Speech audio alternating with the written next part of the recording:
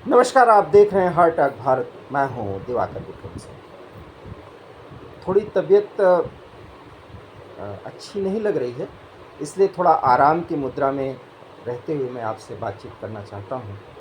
और जैसा कि मैं बहुत ज़्यादा कंफर्टेबल महसूस करता हूं जब मैं भारत के विदेश नीति के संदर्भ में कुछ बात कर रहा हूं, और वो मेरा प्रिय विषय भी है। जिस तरीके से प्रधानमंत्री नरेंद्र मोदी की नीतियों के कारण इस समय विश्व में भारत की स्थिति न सिर्फ एक मजबूत देश के रूप में बन रही है, बल्कि अब एक कंफर्टेबल तरीके से भारत किसी भी निर्णय को अपने हितों को साधते हुए पूरे दुनिया के शांति के लिए एक प्रेरक की भूमिका में आते हुए वहाँ पर कोई एक मानक तय करता है। ये एक उपलब्धि से कम नहीं है।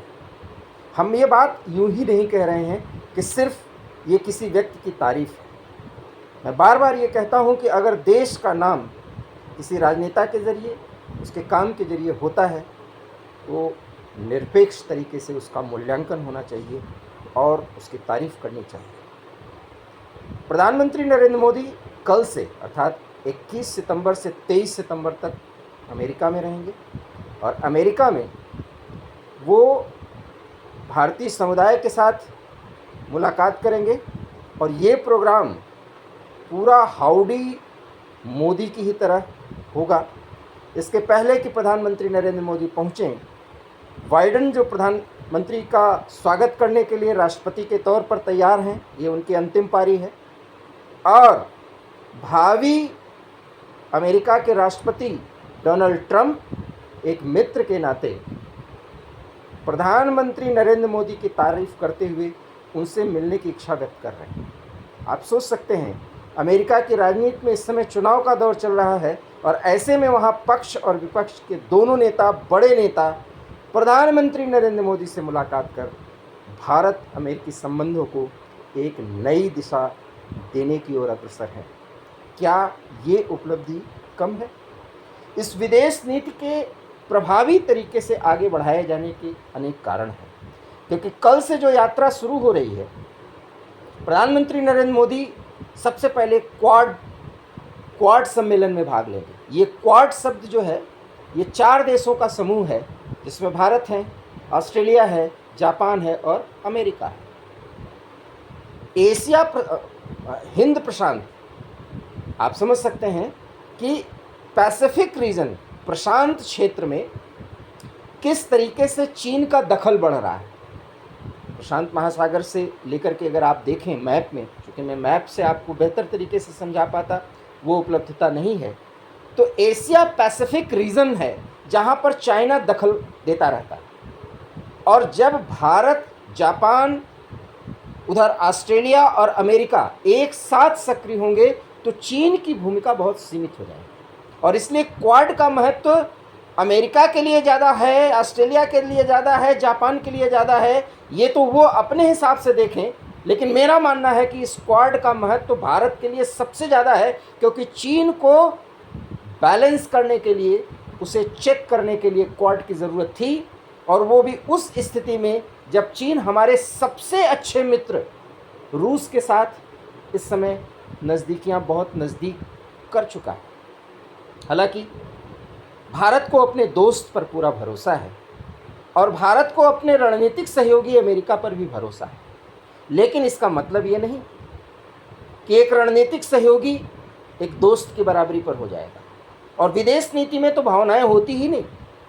और इस स्थिति में क्वाड की बैठक में जो दबाव भारत बना पाएगा, वो चीन पर सीधा असर करेगा। ये बात मैं क्यों कह रहा हूँ? ये वही चीन है जो पिछले 4 सालों से एलएसी पर कितने मुश्किलें पैदा कर रहा है, और ये वही चीन है जिसने एलएसी के 4 प्रमुख स्थानों से, ये जानकारी आपको हमने पहले भी दे चुका हूँ, डिसएंगेजमेंट कर लिया है। अर्थात अपनी सेना को, भारत के सेना के जो आमने सामने की स्थिति बना करके लड़ाई की मुद्रा में अपने आप को दिखा रहा था, वो अपनी सेना पीछे हटा चुका है, और इसकी चर्चा बहुत कम हो रही है।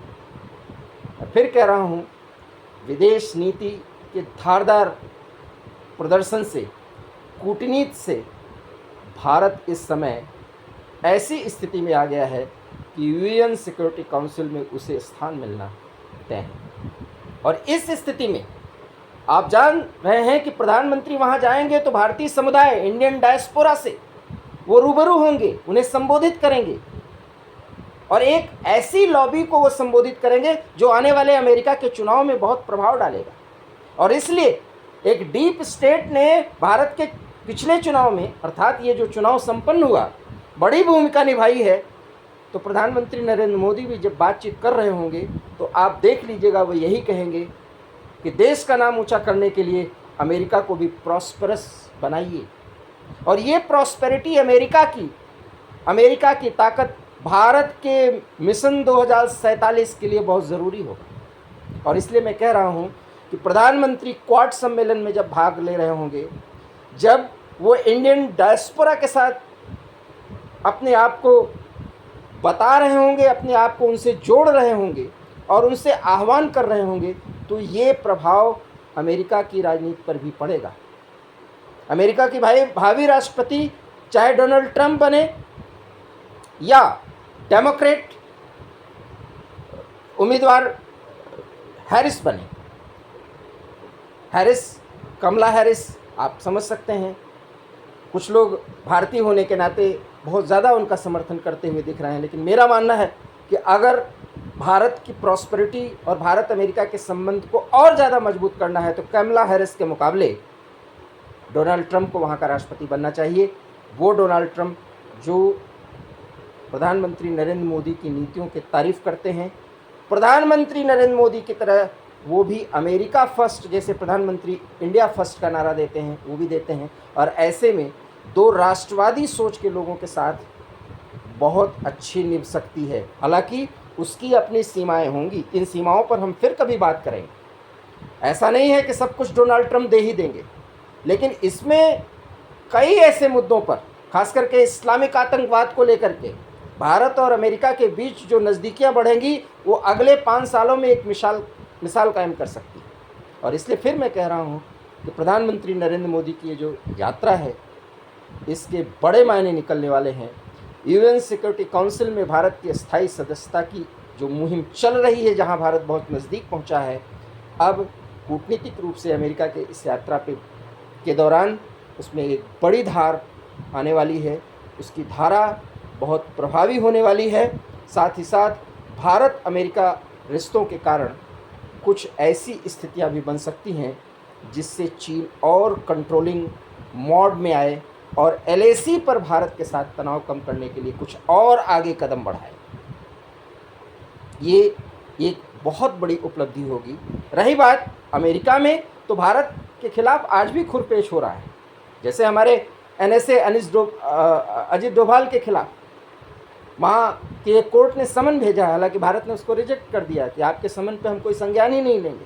और समन किस पर भेजा है कि पन्नू जो खालिस्तानी आतंकी है, जो अमेरिका और कनाडा में रह करके भारत के खिलाफ मुहिम चलाता है, उसने एक याचिका दायर की कि उसको जान से मरवाने के षड्यंत्र में अजित डोभाल की भूमिका थी, और वहाँ के कोर्ट ने समन भेजा है, भारत ने रिजेक्ट कर दिया।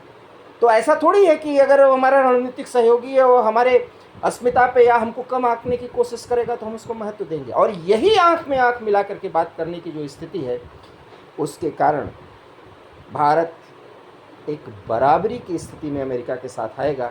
हालांकि अमेरिका का राष्ट्रीय चरित्र बहुत कुछ एक ऐसे देश की है, अगर आप मजबूत नहीं हैं तो अमेरिका आपका शोषण कर लेगा। ये उसका राष्ट्रीय चरित्र है। और चीन का चरित्र है, मक्कारी करेगा, आगे से दोस्ती का नाटक करेगा, पीछे से आपको परेशान करेगा या गलत तरीके से अधिग्रहण करेगा।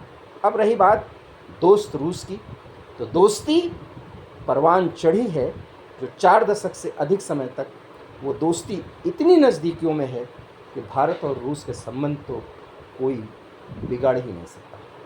और ऐसे में इंडिया अंतर्राष्ट्रीय स्तर पर बम की स्थिति है, जिसका नज़ारा 21 से लेकर के 23 सितंबर तक आप देखेंगे उस हर एक इवेंट में जहां मोदी उपस्थित होंगे। आपको हमारा वीडियो अच्छा लगा हो तो प्लीज़ इसे लाइक कीजिए, शेयर कीजिए।